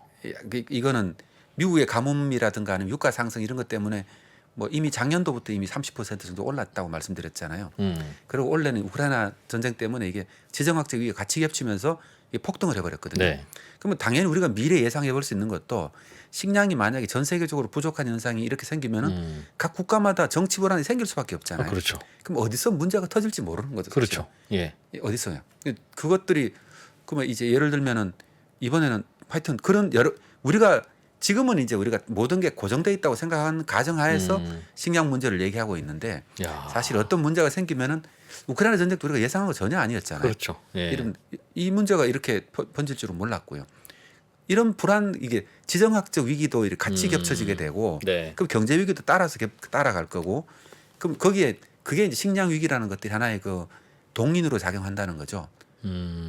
그런 세계가 이제 우리가 기후 변화가 이제 좀 심해지는 시대에 우리가 맞게 될 미래라고 생각을 하고 있고 하하. 사실 우리가 지금 예측할 수 있는 거는 현 상태가 뭐 그대로 간다는 가정하에서 이제 뭐가 문제고 뭐가 문제 이런 얘기를 하고 있는데 사실은 모든 문제 서로 상호작용을 하고 있잖아요. 그 상호작용까지는 우리가 사실은 어떤 예측하기 어렵죠. 예측은 사실 그럼요. 어렵거든요. 예. 어려우니까 그러면 우리는 그러면 여러 가지 시나리오를 놓고 어떤 식으로 대비를 해야 될 거냐 문제가 있는 것 같아요. 네. 그래서 국내 농업 문제를 어떻게 그러면 자금력이라고 하죠. 왜냐하면 자금률을 높이는 거는 당장에 국내 가격 문제가 쌀이 너무 많이 생산돼도 이제 가격 때문에 농민들이 농사를 어렵게 되잖아요. 그러면은 장기적으로 국내 그 생산 역량을 어떻게 좀 이렇게 유지시켜 나갈 거냐는 정책 접근 방법이 필요하고 국내적으로는 예. 근데 해외적으로는 당연하게 그런 해외 곡물 수급하는 방식들이 있잖아요. 이런 거에 대해서 한번 좀 더 우리가 접근 방식 다르게 할 필요가 있다. 그리고 장기적으로는 보면은 곡물 재고를 어떻게 늘려갈 거냐. 지금 평택항에 가보시면은 엄청난 그 사일로들이 있잖아요. 네. 곡물 저장하는 곳들이. 그럼 이런 것들을 그럼 어떻게 더 늘려야 될 거냐. 우리 곡물은 얼마나 며칠치 저장하고 있습니까? 석유는 뭐 90일치 하는 게 법이라면서요. 이게 우리나라 식량 그 관련 법에도 예. 보면은 2달치 곡물을 항상 이렇게 정부가 비축을 하게 이렇게 하고 있거든요. 그리고 실제로 정부가 비축하는 거는 쌀 같은 경우는 이제 그 수매를 해서 비축을 하고 있고 밀 정도 일부를 하고 있고요. 그 다음에 나머지는 이제 곡물 회사들인데 맡겨놓고 있죠.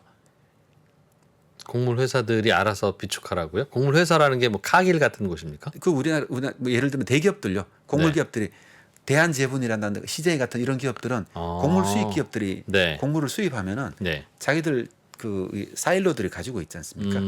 대개는 항구에 있거나 아니면 자기들 네. 그 생산 시설 옆에 있는 거기에 이제 이 보통 곡물 기업들은 한 6개월 후에 사용할 곡물들을 한 6개월 전쯤에 이제 대부분 다 주문을 넣게 되거든요. 뭐 종류에 따라 다릅니다만은 한 3개월, 6개월을 두고 이제 국제 입찰을 통하거나 아니면 네. 선물 시장을 통해서 물건을 구매하는 거죠. 그런 걸 통해서 이제 수급을 이렇게 맞추고 있다 보니까 그러면은 그 정도 곡물 회사들은 자기 그 한 5, 6개월 정도에 어떻게 보면은 그 예상치는 가지고 있다고 이렇게 볼 수가 있는 거죠. 근데 그게 지금의 노말 상태가 유지된다면 네, 그런 시스템으로도 되고 그렇죠. 그럼 오늘 제가 남 박사님 모시고 걱정 안 해도 되고요. 맞습니다. 그럼 알아서 하겠죠. 뭐 그거야 뭐 그 정도는 그렇죠. 어떻게 되고 이게 무슨 상관이에요. 그런데 문제는 노말하지 않은 상태가 올 것이다. 이제 그럴 그리고- 위험이 점점 커진다는 거죠. 그리고 그 말은 그런 상황이 10년 후에 올 수도 있고 5년 안에 올 수도 있고 20년 후에 올 수도 있는데 올 가능성이 높다는 거잖아요. 근데 10년이나 20년 후에 온다고 해서 우리가 그걸 대비할 수 있는 상황은 아니지 않습니까? 어떡하죠, 그걸? 대비할 수는 있죠. 어느 정도는요. 우리도 어느 정도의 가뭄엔 대비할 수 있지 않습니까? 근데 아주 센 가뭄은 대비해도 사실 소용없는 거고요. 네. 그러니까 제가 말씀드리고 싶은 거는 기후가 이렇게 말씀처럼 티핑 포인트를 지나고 이렇게 되면은 네. 사실 백약이 무효다. 그러니까 죽어야 된다는 거죠. 그냥 표현하기가 서로 민망하지만 그냥 각자 도생인 거죠. 같은 얘기잖아요. 그래도 이제 좀 이렇게 우아하게 좀 얘기를 해야 되는. 근데 그렇게 그걸 지나고 나면 사실 이제 그 완전히 세계가 이제 완전 다른 지정학적 바뀌어갈 거니까 그런 위기는 어떻게 그런 경우에도 사실은 식량이 있는 국가가 제일 유리하잖아요.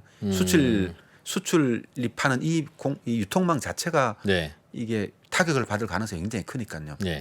그러니까 그때는 여기는 자금률이라는 게 중요하고 그런 극단적인 상황에서는 사실 별 대책이 없죠. 우리나라는. 그러니까 어차피 수입은 여러 이유로 막히거나 문제가 생길 거고 네, 그렇죠. 수입이 문제가 되면 우리나라의 식량의 3분의 2는 없는 건데 그러면 5천만 국민 중에 3천만은 죽어야 되는 건데 근데 그런 정도까지 가정을 해서 제가 사실 얘기는 할 수 없고요. 그렇긴 우리는 한데 그냥 적당한 가뭄 정도의 얘기를 네. 그 우리가 이제 대비하는 거는 이제 뭐 농업 쪽에서 얘기하는 거는 그런 정도의 사실 그런 정도까지는 대비를 못 하고 예. 우리 날씨 좀 적당한 가뭄 있잖아요. 적당한 가뭄에서는 계속 노력하면 계속 풍년이 들게 할 수 있거든요. 네. 그런 정도의 노력을 우리가 해나가자는 얘기죠. 너무 극단적인 상황을 가정해 가지고 사회가 투자를 할 수는 없지 않습니까? 그렇긴 한데요. 네, 그러니까 그러다 보니까. 제가 좀 독특한 질문을 드리는지는 모르겠지만 네. 적당한 상황이라면 사실은 투자 안 해도 우리는 걱정 없잖아요. 수입해 먹으면 되지. 그렇지가 않다는 말씀 드리는 거고요. 예. 왜냐 그러면 이제 네. 예를 들어서 이 요소수 사태에 보시는 것처럼 예. 사실 이게 그 문제가 컸잖아요. 근데 예. 예를 들어서 우리가 그 뭐 저수지 한 개 있으면은 이게 충분히 어느 정도 가뭄을 극복할 수 있었는데 저수지 한 개 네. 없어가지고 예. 농사를 망칠 수가 있잖아요.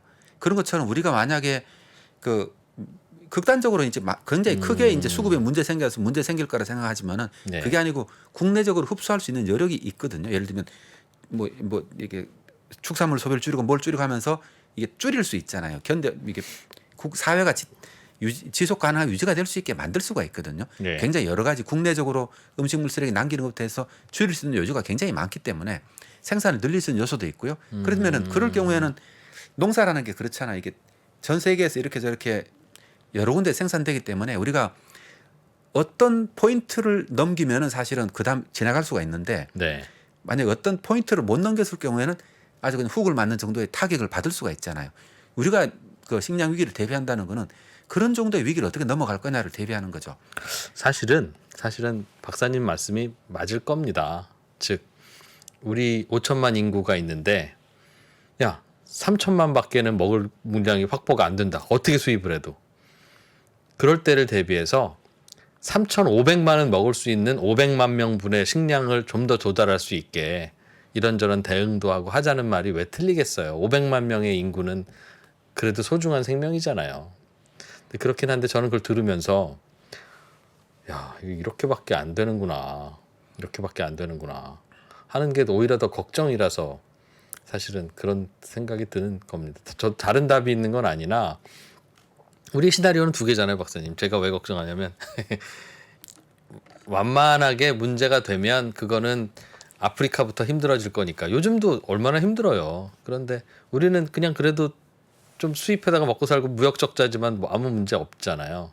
그러니까 그런 상황이라면 이기적이지만 우리나라 걱정은 아닌데 박사님이 혹시라도 올 수 있고 올 가능성이 매우 높아지고 있다고 책에서 걱정하신 그 상황이 오면 이건 우리나라 농업을 뭘 좀 열심히 해서 해결할 수 있는 문제가 아니니 우리가 대비해야 될 건 그런 거라면 그 대비는 도대체 어떻게 할 방법이 없겠습니까? 라는 말씀 그런 걸 여쭙고 싶은 거예요. 그러니까 우리나라 농업을 열심히 해서 해결할 수 있는 문제의 범위가 매우 좁다. 즉 다른 큰 문제가 없이 지나가면 흉년이 들었을 때 수입 좀 더해오면 되는 거니까 우리는 선진국이니까 별 문제 없고 수입도 못 해올 상황이 되면 이거는 우리가 좀 더 식량 자급력을 높인다고 해결될 문제는 아니니까 2천만이 죽느냐 3천만이 죽느냐의 문제니까 그게 무슨 큰 차이겠어요 그게 라는 생각이 드는 거죠. 근데 저는 어떡하죠? 그렇게 비관적으로 보지는 않는 게요. 예. 왜냐 그러면은 이 마찬가지로 우리가 그런 미래가 이제 지금 상황에서 만약에 그 문제가 닥치면 그런 상황이 벌어질 거라 생각하지만은 네. 아마 이제 조금씩 상황이 나빠지면은 전 세계가 이 문제에 대해서 적극적으로 대응할 거거든요. 먹는 문제니까. 네. 그리고 이거는 이거 농업계에서는 WFP라는 세계 식량 기구로부터 시작해서 그 뭐 여러 기구 FAO부터 있잖아요. 네. 이런 여러 기구들이 있잖아요. 이런 기구에서 그러면은 어떻게 지속 가능성을 만들어 갈 거냐, 농업을 어떻게 조달할 그 식량을 어떻게 할 거냐는 굉장히 많은 고민들을 하고 있거든요. 그래서 그건 빨리빨리 대응이 될 거다. 먹는 문제니까. 근데 그렇지만은 이게 우리가 속도라는 게 항상 이제 기후 변화 속도가 좀 빠른 게 문제잖아요, 항상요. 그리고 과학 기술이 우리가 근본적인 문제를 해결 못할 건 아닌데 예. 문제는 이제 우리가 지속 가능성의 문제라든가 기후 문제 이게 펀치가 날아올 때 가끔 이게 농사라는 게 그렇지 않습니까? 네. 항상 흉년하고 달고 다니는 거니까요. 그래 그런 타이밍을 어떻게 잘 넘길 거냐. 그리고 또 이 세계가 또 다르게 반응할 거라 생각하거든요. 물론 이제 그런 우리가 생각한 나쁜 위기가 찾아오긴 하겠지만은 네. 근데 이제 거기에 따라서 세계가 또 다른 방식으로 또 대응을 할 거라 생각하거든요. 제일 먼저는 옥수수 밭에 있는 옥수수를 돼지나 소에게 안 주기 시작하겠죠. 그냥 우리가 먹겠죠. 이런 걸 먹었단 말이야 하는 느낌이 들겠지만 일단 그렇게 되겠죠. 근데 그건 이제 개도국에서 이미 벌어지고 있는 일들이고 그래서 뭐 이 뭐 근본적으로는 이제 뭐 여러 가지 방책이 있고요. 그래서 저는 굉장히 너무 걱정하는 것도 있지만은 네. 좀 우리가 이게 극복할 수 있는 상황도 있기 때문에 그리고 또 기후 문제가 뭐 어느 정도 가긴 가겠지만은 예를 들어서 기후가 2도까지 올라간다 이러면 사실은 백야기후 무효라는 말씀에 동의하거든요. 네. 아마 티핑 포인트를 지나고 이럴 가능성이 많기 때문에 하지만 1.5도, 6도 정도에서 안정화시킬 수 있다 치면은 예. 이제 세계 인구는 한 100억 정도 가긴 가겠지만은 우리가 과학 기술로 가지고 어느 정도 농업 생산성을 늘리고 그다음에 어느 정도 피해를 받긴 받을 거거든요. 계속 타격이 받긴 받겠지만은 네. 그래도 이제 그 피해는 굉장히 크겠죠. 그렇지만은 우리나라도 영향을 받을 수밖에 없고 하지만은 어느 정도 굉장히 그 피해를 제한하면서 이렇게 같이 이렇게 힘을 모아서 극복할 수 있는 수준까지는 갈 수 있을 거다. 이런 거를 저는 생각을 하고 그런 시나리오를 생각을 하고 있고 그렇게 하려 그러면 우리가 뭘 해야 될 거냐. 네. 이런 얘기를 하는 거죠. 그러니까 너무 비관해서 아무것도 안 하고 있으면 사실은 무슨 위기가 닥치면 우리가 할 수 있는 게 아무것도 없지 않습니까? 맞아요. 네. 네. 어차피 없다는 건 확인했으니까 네네. 위기가 왔을 정말 큰 위기가 오면 우리는 할 수 있는 게 없다. 네. 그러니까 우리가 대응할 수 있는 건 작은 위기뿐이니 네. 그리고 전 세계도 마찬가지로 음. 다 같이 대응할 거라고 생각하고 있거든요. 네. 이 문제는 무슨 우리나라만의 문제는 아니기 때문에요. 그러니까 좀 더 저는 희망적으로 우리가 할 수 있는 걸 하자. 그리고 또 말씀드렸듯이 제일 뭘까요? 우리가 할 수 있는 것 중에 우리가 지금 잘 안 되고 있는 걸 남 박사님이 지적해 주신다면 뭐 여러 가지 있겠습니다만 뭐가 좀 있겠습니까? 국내 농업 문제와 이제 어떻게 예. 해결할 까 많은 분들이 얘기했으니까 근데 글로벌 우리가 어쨌든 간에 식량을 수입을 많이 하고 있으니까 저는 제일 우리가 부족하다 생각하는 것들이 우리가 전 세계 80% 식량을 의존하고 있는데 사실 우리가 해외 농업에 대해서 아는 게 별로 없더라. 그러면은 뭐 그런 거 있잖아요. 뭐 예를 들어서 우리가 좀 더 먼저 기민하게 대응하면은 그 식량이라는 게 항상 심으면은 대개 한 6개월 후에 대개 생산이 되잖아요. 3개월, 4개월, 6개월, 네, 네. 대개 한 6개월 정도 텀으로 이게 돌아가고 있죠. 그러면 우리가 만약에 좀 더 해외에 대한 농업에 대한 이해력을 좀 키우자. 그래서 미리 대비를 하자. 예를 들면은 그러면 전 세계 농업이 어떻게 되나? 왜냐하면 수출 국의 문제만 수입국도 문제가 되잖아요. 어쨌든 같이 경쟁을 하는 상대니까. 그리고 그걸 늘리자. 그 다음에 정부 차원에서는 투자를 좀 늘려가지고 우리가 비축량 같은 걸 어떻게 조금씩 늘려나가자. 좀 늘리긴 늘려야 되겠네요. 네, 비축량을 좀 늘리고 이 식량 계획을 어떻게 할지 문제에 대해서 어느 정도의 그러면은 우리가 시나리오를 만들 수 있잖아요. 그러면 전 세계 곡물이 만약에 10%가 줄어들었을 때 뭐 어떤 식의 대응, 이런 무슨 문제가 벌어질 거냐. 수입국에 문제가 생겼을 때, 수출국에 문제가 생겼을 때 몇 가지 시나리오를 놓고 그러면은 이게 도상 훈련을 열심히 하는 거죠. 그랬을 경우에 어떤 문제가 발생할 거고 우리는 어떻게 대응해야 될 거고 식량 그러면 여기에 비축량을 얼마를 늘리게 되면 어느 정도 완충을 할 수 있을 거고 물론 완벽하게 대응은 안 되거든요. 근데 우리가 몇 달치 정도만 잘 넘기면은 네. 농산물은 다시 생산되지 않습니까? 딴 나라에서. 이게 근데 전 그게 이제 세계가 기후 위기라서 인터액티브하게 반응을 하거든요. 전부 다가. 그래. 이게 어디가 흉년이 들었다 치면은 딴 나라에서는 더 심기도 하고 이런 게 동시에 전 세계가 동시에 다 움직이기 때문에 저는 이런 부분에 대해서 국제사회가 좀 더 노력하고 이렇게 갈 거라고 생각을 합니다. 저는요. 왜냐하면 지금 이 문제가 이게 지금까지 아프리카의 문제에 있으니까 전 세계 별로 큰 관심은 없었거든요. 네. 물론 많은 지원을 하고 있지만은 한데 알겠습니다. 예. 아프리카의 난민 문제는 유럽의 그 난민 유입 문제하고 연결돼 있고 이런 여러 가지 국제 정세가 다 연결되기 때문에 저는 오늘 소장님이 네. 야 괜찮아 2% 그렇게까지 걱정할 거 아니야. 야 나는 그래도 희망이 있어라고 얘기하시는 게 더 네. 불안합니다. 사실은 보통 이런 주제는 특히 환경주의자 같은 경우에는 실제보다 약간 더 과장을 하는 게 우리 인류를 위해서 좋잖아요. 그래야 따라오죠. 대개는 그런데 식량 위기 책을 쓰시는 분께서 야 그래도 괜찮아라고 하면 오히려 더 불안한데 이제는 막을 길이 없으니까 그냥 멘탈 케어를 시작하셨나 싶어서. 이게 또 솔직하게 말씀드리면 사실 상황이 현재가 만약에 지금처럼 가면은 네. 그 이프로님 예상하시는 것처럼 비관적인 상황을 맞게 될 거라 생각을 하거든요. 예. 이게 비즈니스 애주유제라고 하잖아요. 예. 지금처럼 이렇게 가면은 그럴 거라고 생각하는데 우리나라도 그렇고 전 세계도 그렇고 대응을 할 거다. 예. 그리고 왜냐하면 이게 먹고 사는 문제는 이 에너지만큼 중요한 문제잖아요. 그렇죠. 앞으로 에너지보다 더 중요할 문제라고 아, 생각하거든요. 그럼요. 예. 예, 이게 점점 기후 변화가 심해지면 심해질수록 에너지도 중요해지지만은 식량은 더 중요해질 거다. 네. 그래 당연히 세계가 반응을 할 거다. 그럼 우리는 어떻게 해야 될 거냐 하는 얘기를 하는 거죠. 그럼 우리도 그러면은 그 시나리오에 맞게 여러 가지 상황을 가정해 가지고 대응 역량을 높여놓는 게 필요하다. 그러면 세계 농업에 대해서 하나도 모르고 있잖아요. 그럼 세계 농업 어디에 남는 식량이 있는지. 그렇죠. 이 전문가를 키우려고 그러면 도대체 얼마나 시간이 걸리겠습니까? 전문가 그 대학원생을 어떻게 그 공동 연구를 하게 되든 뭐 여러 가지를 하면서 각 나라별로 이제 전문가들이 다 있어야 될 거잖아요. 우리가 주식 이 시장 무리하면 다 이렇게 전화만 걸면 전문가들이 사방에 있는데 네. 농업에 대해서 전화 걸어가지고 물어볼 것이 이집트 농업이 어떻습니까? 이렇게 물어볼 것이 없잖아요. 시나리오별로 이럴 경우에 우리가 필요한 식량을 어떻게 확보할 건지에 대한 구체적인 시나리오를 그렇죠. 빨리 만들어 놓고 네, 해외 농업을 투자를 할지 아니면 해외하고 이렇게 해야 무역 된다. 협정을 아주 강하게 체결할지 아니면 농업이 미를 보낼지부터 시작해서 아니면 그 곡물 엘리베이터라고 얘기하잖아요. 네. 곡물 시장에 뛰어들어 가지고 국가가 뭐 전력을 투구를 할지 그런 것 이게 물류망 같은 걸 이런 여러 가지 국가가 쓸 수 있는 전략은 많다고 생각하고 있거든요. 저는 마스크랑 백신 구하듯이 식량 구해야 된다는 말로 들리네요. 그리고 이게 좋은 것 중에 하나는 뭐냐 그러면은 결과적으로는 그 미래 굉장히 중요한 산업들은 식량 산업에서 많이 나오고 있거든요. 예. 짐 로저스가 2015년도에 뭐 14년도 서울대 와서 농업이 미래가 될 거다 이렇게 말을 했잖아요. 예. 저는 그것처럼 이제 이 식량 문제가 점점 더 이게 변동성이 심해진다는 얘기는 여기에서 점점 더 많은 비즈니스 기회가 생긴다를 의미하거든요. 네. 그래서 우리가 그렇겠죠. 예. 이걸 관심을 가지는 건 낭비가 아니다. 낭비가 아닌 거고 우리가 이게 새로운 어떤 미래의 어떤 그 먹거리를 만들 수 있는 산업적인 전략이기도 하고 또 그다음에 우리나라의 그 식량 안보를 높이는 방법이기도 하다. 저는 지금까지는 농업이 우리나라의 포션이 너무 작다 보니까 네. 사실 관심이 별로 없었잖아요. 없었는데 포기했죠, 사실은. 포기까지는 거의, 아니고요. 거의 뭐 근데 포기한 듯해요. 농민들은 제가 굉장히 보기엔. 많은 노력을 하고 있기 때문에 네. 어려운 네. 상황에서도 그렇기 때문에 뭐 그런 정도의 관심을 가져주고 노력을 지금부터라도 좀 많은 좀 관심을 가져주길 부탁한다. 왜냐하면 이게 워낙 중요한 문제니까요.